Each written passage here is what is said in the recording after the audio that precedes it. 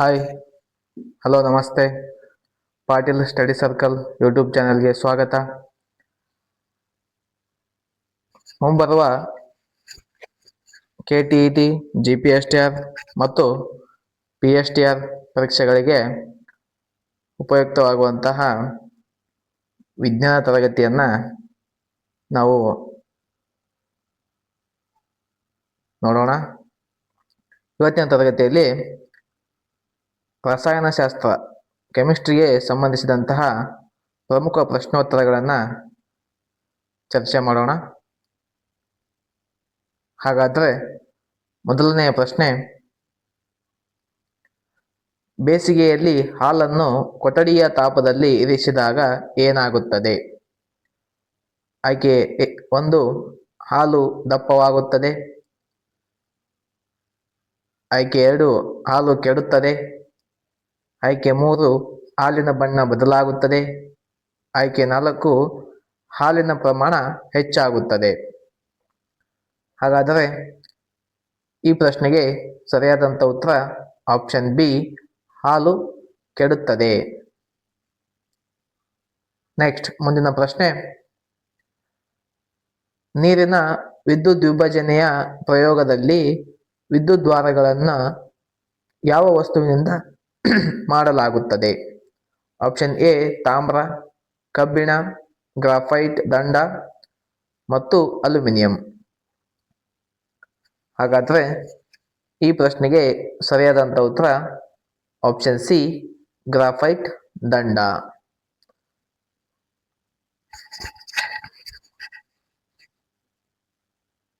Next, ಮುಂದಿನ ಪ್ರಶ್ನೆ, ದ್ರಾಕ್ಷಿ ಹುದುಗುವಿಕೆಗೆ ಒಳಪಟ್ಟಾಗ ಏನಾಗುತ್ತದೆ? ಆಪ್ಷನ್ ಎ, ದ್ರಾಕ್ಷಿ ಒಣಗುತ್ತದೆ. ಆಪ್ಷನ್ ಬಿ, ದ್ರಾಕ್ಷಿ ಹುಳಿಯಾಗುತ್ತದೆ. ಆಪ್ಷನ್ ಸಿ, ದ್ರಾಕ್ಷಿ ಹಣ್ಣಾಗುತ್ತದೆ. ಆಪ್ಷನ್ ಡಿ, ದ್ರಾಕ್ಷಿಯ ಗಾತ್ರ ದೊಡ್ಡದಾಗುತ್ತದೆ. ಈ ಪ್ರಶ್ನೆಗೆ ಸರಿಯಾದಂಥ ಉತ್ತರ ಆಪ್ಷನ್ ಬಿ, ದ್ರಾಕ್ಷಿ ಹುಳಿಯಾಗುತ್ತದೆ.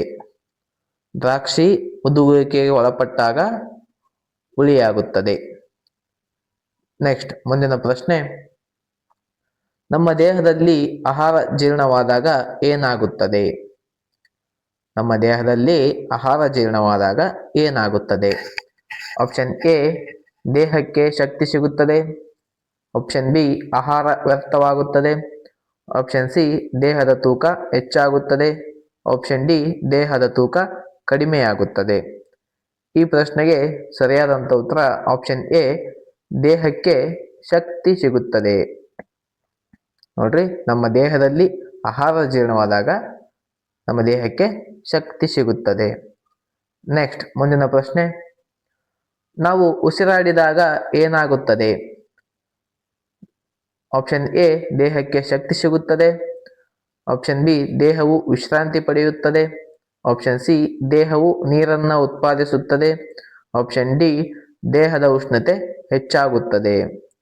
ಹಾಗಾದರೆ ಈ ಪ್ರಶ್ನೆಗೆ ಸರಿಯಾದಂಥ ಉತ್ತರ ಆಪ್ಷನ್ ಎ, ದೇಹಕ್ಕೆ ಶಕ್ತಿ ಸಿಗುತ್ತದೆ. ನೆಕ್ಸ್ಟ್, ಮುಂದಿನ ಪ್ರಶ್ನೆ, ರಾಸಾಯನಿಕ ಬದಲಾವಣೆ ಉಂಟಾದಾಗ ನಾವು ಏನನ್ನ ಹೇಳಬಹುದು? ಆಪ್ಷನ್ ಎ, ಭೌತಿಕ ಕ್ರಿಯೆ ನಡೆದಿದೆ. ಆಪ್ಷನ್ ಬಿ, ರಾಸಾಯನಿಕ ಕ್ರಿಯೆ ನಡೆದಿದೆ. ಆಪ್ಷನ್ ಸಿ, ಯಾವುದೇ ಕ್ರಿಯೆ ನಡೆದಿಲ್ಲ. ಆಪ್ಷನ್ ಡಿ, ದ್ರವ್ಯದ ಸ್ಥಿತಿ ಬದಲಾಗಿದೆ. ಈ ಪ್ರಶ್ನೆಗೆ ಸರಿಯಾದಂಥ ಉತ್ತರ ಆಪ್ಷನ್ ಬಿ, ರಾಸಾಯನಿಕ ಕ್ರಿಯೆ ನಡೆದಿದೆ.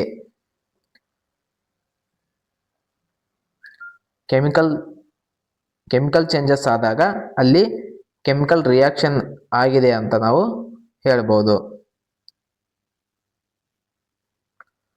ಮುಂದಿನ ಪ್ರಶ್ನೆ, ಮೆಗ್ನೀಷಿಯಂ ಪಟ್ಟಿಯನ್ನು ಗಾಳಿಯಲ್ಲಿ ಉರಿಸಿದಾಗ ಅದು ಯಾವ ಬಣ್ಣದ ಜ್ವಾಲೆಯೊಂದಿಗೆ ಉರಿಯುತ್ತದೆ? ಈ ಪ್ರಶ್ನೆಗೆ ಸರಿಯಾದಂಥ ಉತ್ತರ ಆಪ್ಷನ್ ಸಿ, ಪ್ರಕಾಶಮಾನವಾದ ಬಿಳಿ ಬಣ್ಣದ ಜ್ವಾಲೆಯೊಂದಿಗೆ ಉರಿಯುತ್ತದೆ.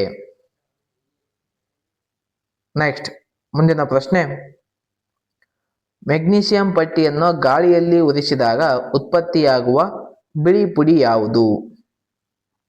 Option A magnesium chloride, option B magnesium sulphate, option C magnesium oxide, option D magnesium carbonate. ಈ ಪ್ರಶ್ನೆಗೆ ಸರಿಯಾದಂತ ಉತ್ತರ option C magnesium oxide. Next ಮುಂದಿನ ಪ್ರಶ್ನೆ, ಮೆಗ್ನೀಷಿಯಂ ಆಕ್ಸೈಡ್ ಉತ್ಪತ್ತಿಯಾಗಲು ಯಾವ ವಸ್ತುಗಳ ನಡುವೆ ಕ್ರಿಯೆ ನಡೆಯುತ್ತದೆ? ಆಪ್ಷನ್ ಎ ಮೆಗ್ನೀಷಿಯಂ ಮತ್ತು ನೈಟ್ರೋಜನ್, ಆಪ್ಷನ್ ಬಿ ಮೆಗ್ನೀಷಿಯಂ ಮತ್ತು carbon dioxide, option C magnesium ಮತ್ತು ಗಾಳಿಯಲ್ಲಿನ ಆಕ್ಸಿಜನ್, ಆಪ್ಷನ್ ಡಿ ಮೆಗ್ನೀಷಿಯಂ ಮತ್ತು ಹೈಡ್ರೋಜನ್. ಈ ಪ್ರಶ್ನೆಗೆ ಸರಿಯಾದಂತ ಉತ್ತರ ಆಪ್ಷನ್ ಸಿ ಮೆಗ್ನೀಷಿಯಂ ಮತ್ತು ಗಾಳಿಯಲ್ಲಿನ ಆಕ್ಸಿಜನ್.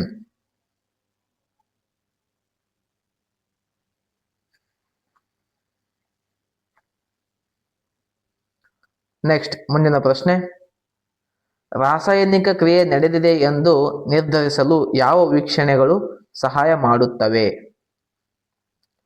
ನೋಡ್ರಿ, ಕೆಮಿಕಲ್ ರಿಯಾಕ್ಷನ್ ಆಗಿದೆ ಅಂತ ನಾವು ಡಿಸೈಡ್ ಮಾಡ್ಬೇಕಂದ್ರೆ ಯಾವ ವೀಕ್ಷಣೆಗಳು ಸಹಾಯ ಮಾಡ್ತವೆ? ಆಪ್ಷನ್ ಎ ಕೇವಲ ಸ್ಥಿತಿ ಬದಲಾವಣೆ, ಆಪ್ಷನ್ ಬಿ ಕೇವಲ ಬಣ್ಣದಲ್ಲಿ ಬದಲಾವಣೆ, ಆಪ್ಷನ್ ಸಿ ಅನಿಲದ ಬಿಡುಗಡೆ ಮತ್ತು ತಾಪದಲ್ಲಿ ಬದಲಾವಣೆ, ಆಪ್ಷನ್ ಡಿ ಮೇಲಿನ ಎಲ್ಲವೂ. ಹಾಗಾದ್ರೆ ಈ ಪ್ರಶ್ನೆಗೆ ಸರಿಯಾದಂತ ಉತ್ತರ ಆಪ್ಷನ್ ಡಿ ಮೇಲಿನ ಎಲ್ಲವೂ.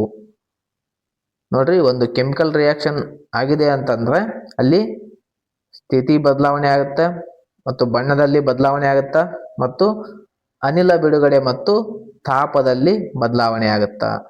ಹಾಗಾದ್ರೆ ಈ ಪ್ರಶ್ನೆಗೆ ಸರಿಯಾದ ಉತ್ತರ ಈ ಮೇಲಿನ ಎಲ್ಲವೂ. ನೆಕ್ಸ್ಟ್ ಮುಂದಿನ ಪ್ರಶ್ನೆ, ಮೆಗ್ನೀಷಿಯಂ ಪಟ್ಟಿಯನ್ನು ಆಕ್ಸಿಜನ್ನೊಂದಿಗೆ ಉರಿಸಿದಾಗ ಅದು ಮೆಗ್ನೀಷಿಯಂ ಆಕ್ಸೈಡ್ ಆಗಿ ಪರಿವರ್ತನೆಯಾಗುತ್ತದೆ. ಈ ಕ್ರಿಯೆಯ ಪದ ಸಮೀಕರಣ ಯಾವುದು? ನೋಡ್ರಿ, ಸಮೀಕರಣ ಈ ಪ್ರಶ್ನೆಗೆ ಸರಿಯಾದಂತ ಉತ್ತರ ಆಪ್ಷನ್ ಸಿ. ನೋಡ್ರಿ, magnesium plus oxygen magnesium oxide ಆಗುತ್ತೆ.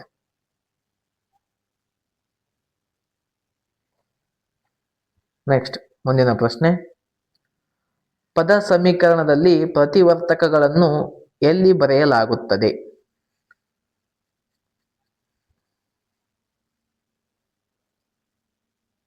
ಆಪ್ಷನ್ ಎ ಬಾಣದ ಗುರುತಿನ ಬಲಬದಿಯಲ್ಲಿ, ಆಪ್ಷನ್ ಬಿ ಬಾಣದ ಗುರುತಿನ ಎಡಬದಿಯಲ್ಲಿ, ಆಪ್ಷನ್ ಸಿ ಬಾಣದ ಗುರುತಿನ ಕೆಳಭಾಗದಲ್ಲಿ, ಆಪ್ಷನ್ ಡಿ ಬಾಣದ ಗುರುತಿನ ಮೇಲ್ಭಾಗದಲ್ಲಿ. ನೋಡ್ರಿ, ಪದ ಸಮೀಕರಣವನ್ನ ಬರೆಯುವಾಗ ಪ್ರತಿವರ್ತಕಗಳನ್ನ ನೋಡ್ರಿ, ಈ ಹಿಂದಿನ ಪ್ರಶ್ನೆಯನ್ನು ನೋಡ್ರಿ, ಈ ಮೆಗ್ನೀಷಿಯಂ ಮತ್ತು ಆಕ್ಸಿಜನ್ ಅಂತಕ್ಕಂಥದ್ದು ಇವು ಪ್ರತಿವರ್ತಕಗಳು. ನೋಡ್ರಿ, ಇದು LHS = RHS. ಹೌದಾ?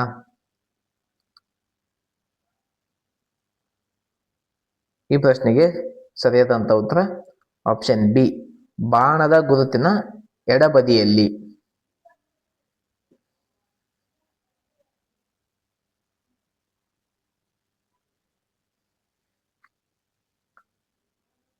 ನೆಕ್ಸ್ಟ್ ಮುಂದಿನ ಪ್ರಶ್ನೆ,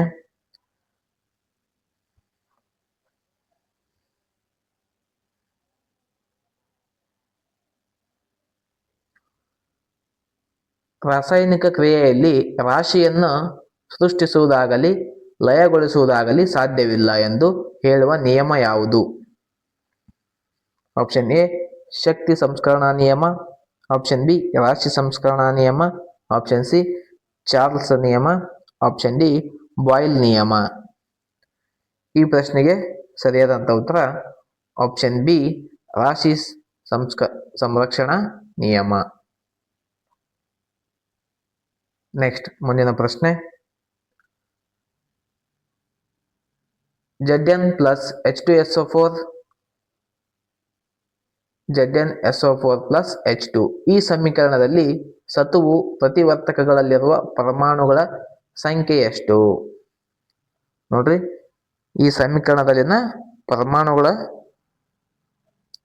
ಸತುವಿನ ಪರಮಾಣುಗಳ ಸಂಖ್ಯೆಯನ್ನು ಕೇಳಿದ್ದಾರೆ. Option A 0, option B 1, option C 2, option D 4. ಹಾಗಾದ್ರೆ ಈ ಪ್ರಶ್ನೆಗೆ ಸರಿಯಾದಂತ ಉತ್ತರ option B 1.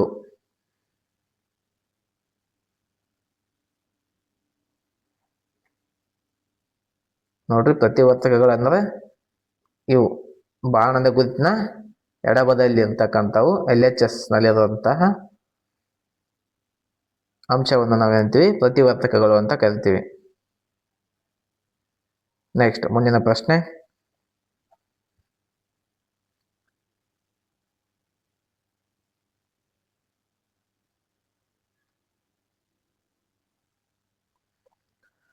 Zn plus H2SO4 ZnSO4 plus H2. ಈ ಸಮೀಕರಣದಲ್ಲಿ ಸಲ್ಫರ್ ಉತ್ಪನ್ನಗಳಲ್ಲಿರುವ ಪರಮಾಣುಗಳ ಸಂಖ್ಯೆ ಎಷ್ಟು? Option A 0, option B 1, option C 2, option D 4. ಹಾಗಾದ್ರೆ ಈ ಪ್ರಶ್ನೆಗೆ ಸರಿಯಾದಂತ ಉತ್ತರ ಆಪ್ಷನ್ ಬಿ 1. ನೋಡ್ರಿ, ಇವು ಪ್ರತಿವರ್ತಕಗಳು, ಇವು ಉತ್ಪನ್ನಗಳು. ಹಾಗಾಗಿ ಈ ಸಲ್ಫರ್ SO4 ZnSO4 ನಲ್ಲಿ ಸಲ್ಫರ್ನ ಪರಮಾಣು ಎಷ್ಟು? 1. ಪರಮಾಣುಗಳ ಸಂಖ್ಯೆ 1.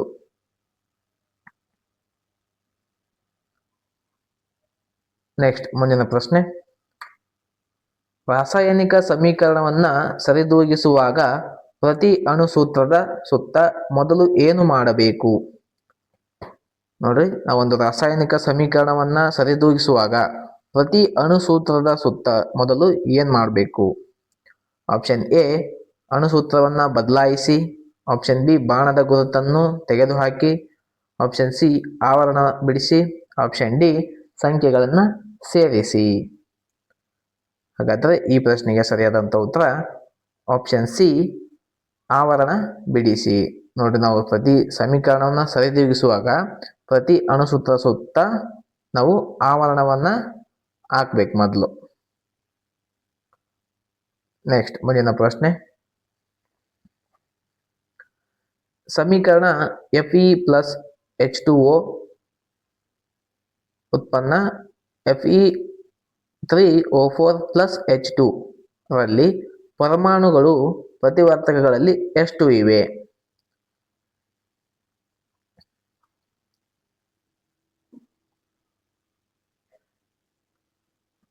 Option A 1, option B 2, option C 3, option D 4. ಈ ಪ್ರಶ್ನೆಗೆ ಸರಿಯಾದಂತ ಉತ್ತರ ಆಪ್ಷನ್ ಎ 1.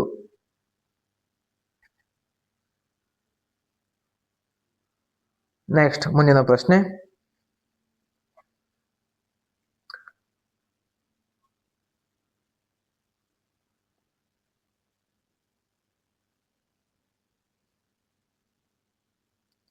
ನೋಡ್ರಿ, ಇಲ್ಲಿ Fe ಪರಮಾಣು ಅಂತ ಆಗಬೇಕು. Fe ಪರಮಾಣುಗಳು ಪ್ರತಿವರ್ತಕಗಳಲ್ಲಿ ಎಷ್ಟು ಅಂದ್ರೆ 1.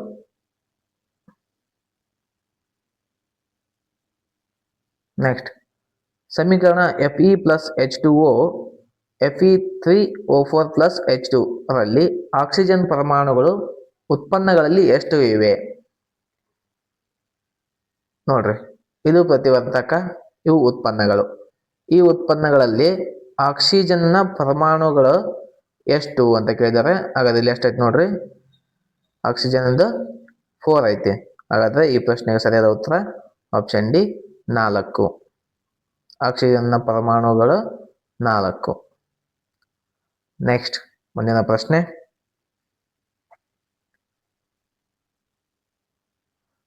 ಆಕ್ಸಿಜನ್ನ ಪರಮಾಣುಗಳನ್ನ ಸರಿದೂಗಿಸಲು ಸಹಾಂಕ 4 H2 ನೊಂದಿಗೆ ಹೇಗೆ ಬರೆಯಬೇಕು?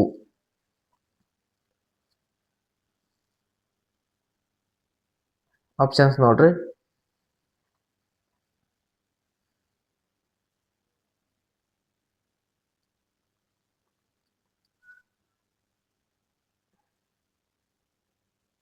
ನೋಡ್ರಿ ಹೇಗೆ ಬರೀಬಹುದು ಇದನ್ನ, 4H2O ಅಂತ ಬರೀಬಹುದು. ಈ ಪ್ರಶ್ನೆಗೆ ಸರಿಯಾದ ಉತ್ತರ ಆಪ್ಷನ್ ಸಿ, 4H2O.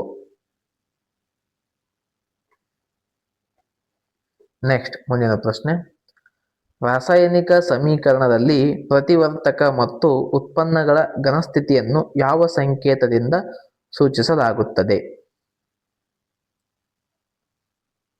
ನೋಡ್ರಿ, ರಾಸಾಯನಿಕ ಸಮೀಕರಣದಲ್ಲಿ ಪ್ರತಿವರ್ತಕ ಮತ್ತು ಉತ್ಪನ್ನಗಳ ಘನಸ್ಥಿತಿಯನ್ನ ಯಾವ ಸಂಕೇತದಿಂದ ಸೂಚಿಸಲಾಗುತ್ತದೆ ಅಂದ್ರೆ ಈ ಪ್ರಶ್ನೆಗೆ ಸರಿಯಾದಂತ ಉತ್ತರ ಆಪ್ಷನ್ ಡಿ. ಈ ಸಂಕೇತದಿಂದ, ಬ್ರಾಕೆಟ್ ಅಲ್ಲಿ ಎಸ್ ಬರೆಯುವ ಈ ಸಂಕೇತದಿಂದ ನಾವು ಸೂಚಿಸಲಾಗುತ್ತೆ. ನೆಕ್ಸ್ಟ್ ಮುಂದಿನ ಪ್ರಶ್ನೆ, ರಾಸಾಯನಿಕ ಕ್ರಿಯೆಗಳಲ್ಲಿ ಪರಮಾಣುಗಳ ನಡುವಣ ಏನು ಒಡೆಯುತ್ತದೆ ಮತ್ತು ಉಂಟಾಗುತ್ತದೆ? ನೋಡಿ, ರಾಸಾಯನಿಕ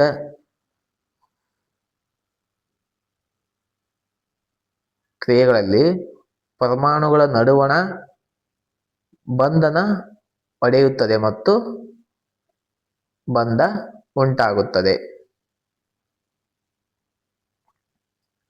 ನೆಕ್ಸ್ಟ್ ಮುಂದಿನ ಪ್ರಶ್ನೆ, ಕ್ಯಾಲ್ಸಿಯಂ ಆಕ್ಸೈಡ್ ನೀರಿನೊಂದಿಗೆ ವರ್ತಿಸಿ ಯಾವ ಉತ್ಪನ್ನವನ್ನ ಉತ್ಪತ್ತಿ ಮಾಡುತ್ತದೆ? Option A calcium carbonate, option B calcium chloride, option C calcium hydroxide, option D calcium sulphate.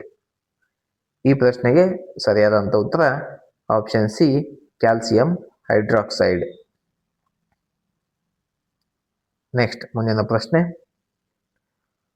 ಯಾವ ರಾಸಾಯನಿಕ ಕ್ರಿಯೆಯಲ್ಲಿ 2 ಅಥವಾ ಹೆಚ್ಚು ಪ್ರತಿವರ್ತಕಗಳು ಸೇರಿ ಒಂದೇ ಉತ್ಪನ್ನ ಉಂಟಾಗುತ್ತದೆ? ನೋಡ್ರಿ, ಯಾವ ರಾಸಾಯನಿಕ ಕ್ರಿಯೆಯಲ್ಲಿ 2 ಅಥವಾ ಹೆಚ್ಚು ಪ್ರತಿವರ್ತಕಗಳು ಸೇರಿ ಒಂದೇ ಉತ್ಪನ್ನವನ್ನ ಉಂಟು ಮಾಡುತ್ತವೆ? ಆಪ್ಷನ್ ಎ ವಿಭಜನೆ ಕ್ರಿಯೆ, ಆಪ್ಷನ್ ಬಿ ಸಂಯೋಗ ಕ್ರಿಯೆ, ಆಪ್ಷನ್ ಸಿ ಸ್ಥಾನಪಲ್ಲಟ ಕ್ರಿಯೆ, ಆಪ್ಷನ್ ಡಿ ದ್ವಿಸ್ಥಾನಪಲ್ಲಟ ಕ್ರಿಯೆ.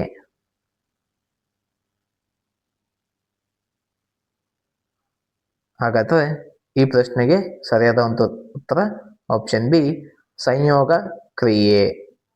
ಸಂಯೋಗ ಕ್ರಿಯೆಯಲ್ಲಿ 2 ಅಥವಾ 2ಕ್ಕಿಂತ ಹೆಚ್ಚು ಪ್ರತಿವರ್ತಕಗಳು ಸೇರಿ ಒಂದೇ ಉತ್ಪನ್ನವನ್ನ ಉಂಟು ಮಾಡುತ್ತವೆ. ನೆಕ್ಸ್ಟ್ ಮುಂದಿನ ಪ್ರಶ್ನೆ, ಗೋಡೆಗಳಿಗೆ ಬಿಳಿಯ ಬಣ್ಣ ಬಳಿಯಲು ಬಳಸುವ ರಾಸಾಯನಿಕ ಯಾವುದು?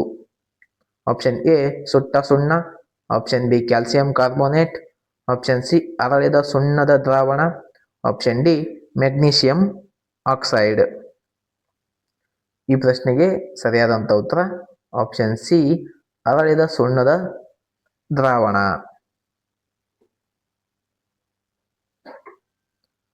ನೆಕ್ಸ್ಟ್ ಮುಂದಿನ ಪ್ರಶ್ನೆ, ಬಣ್ಣ ಬಳಿದ 2 ರಿಂದ 3 ದಿನಗಳಲ್ಲಿ ಗೋಡೆಯ ಮೇಲೆ ಯಾವ ರಾಸಾಯನಿಕದ ತೆಳುವಾದ ಪದರ ಉಂಟಾಗಿ ಗಾಢ ಹೊಳಪನ್ನ ಕೊಡುತ್ತದೆ?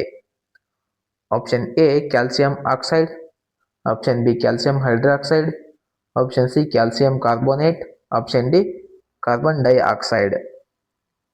ಈ ಪ್ರಶ್ನೆಗೆ ಸರಿಯಾದಂತ ಉತ್ತರ ಆಪ್ಷನ್ ಸಿ, ಕ್ಯಾಲ್ಸಿಯಂ ಕಾರ್ಬೋನೇಟ್.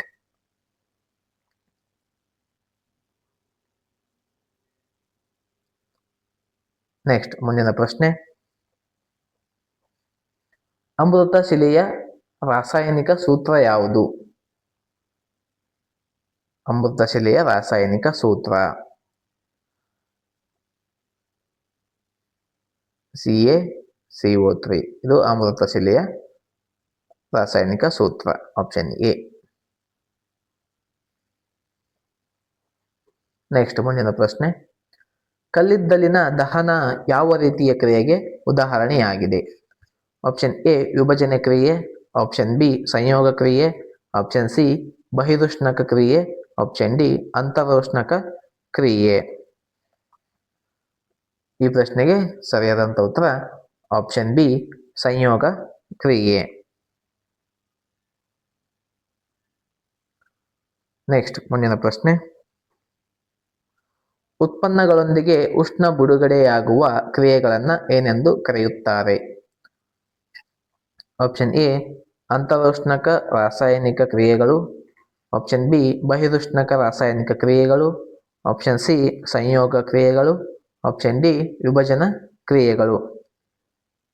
ಈ ಪ್ರಶ್ನೆಗೆ ಸರಿಯಾದಂಥ ಉತ್ತರ ಆಪ್ಷನ್ ಬಿ ಬಹಿರುಷ್ಣಕ ರಾಸಾಯನಿಕ ಕ್ರಿಯೆಗಳು.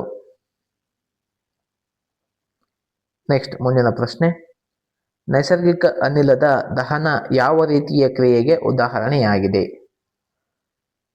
ಸಂಯೋಗ ಕ್ರಿಯೆ, ವಿಭಜನೆ ಕ್ರಿಯೆ, ಬಹಿರುಷ್ಣಕ ಕ್ರಿಯೆ, ಆಪ್ಷನ್ ಡಿ ಸ್ಥಾನಪಲ್ಲಟ ಕ್ರಿಯೆ. ನೈಸರ್ಗಿಕ ಅನಿಲದ ದಹನ ಆಪ್ಷನ್ ಸಿ ಬಹಿರುಷ್ಣಕ ಕ್ರಿಯೆಗೆ ಉದಾಹರಣೆಯಾಗಿದೆ. ನೆಕ್ಸ್ಟ್ ಮುಂದಿನ ಪ್ರಶ್ನೆ ಮತ್ತು ಕೊನೆಯ ಪ್ರಶ್ನೆ, ಉಸಿರಾಟದಲ್ಲಿ ಗ್ಲೂಕೋಸ್ ನಮ್ಮ ದೇಹದ ಜೀವಕೋಶಗಳಲ್ಲಿ ಯಾವುದರೊಂದಿಗೆ ಸಂಯೋಗವಾಗಿ ಶಕ್ತಿಯನ್ನು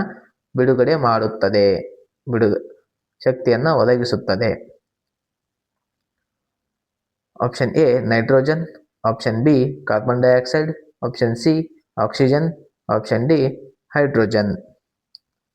ಹಾಗಾದರೆ ಈ ಪ್ರಶ್ನೆಗೆ ಸರಿಯಾದಂಥ ಉತ್ತರ ಆಪ್ಷನ್ ಸಿ ಆಕ್ಸಿಜನ್.